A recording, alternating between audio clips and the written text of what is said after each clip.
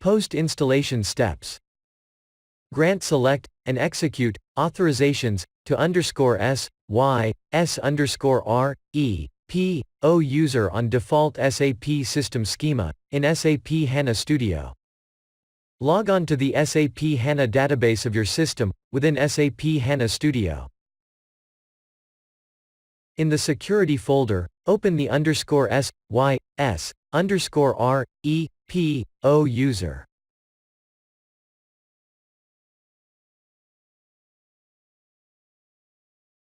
Usually, the database connection user maintained, while creating the database connection D, B, C, O, N. Select at least the select.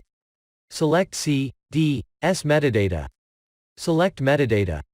And execute checkboxes in the privileges for _S, Y, S _R, E, P, O. Deploy. Select, and execute, authorizations, to _S, Y, S _R, E, P, O user on default SAP system schema, in SAP HANA Studio has been granted. Thank you for watching.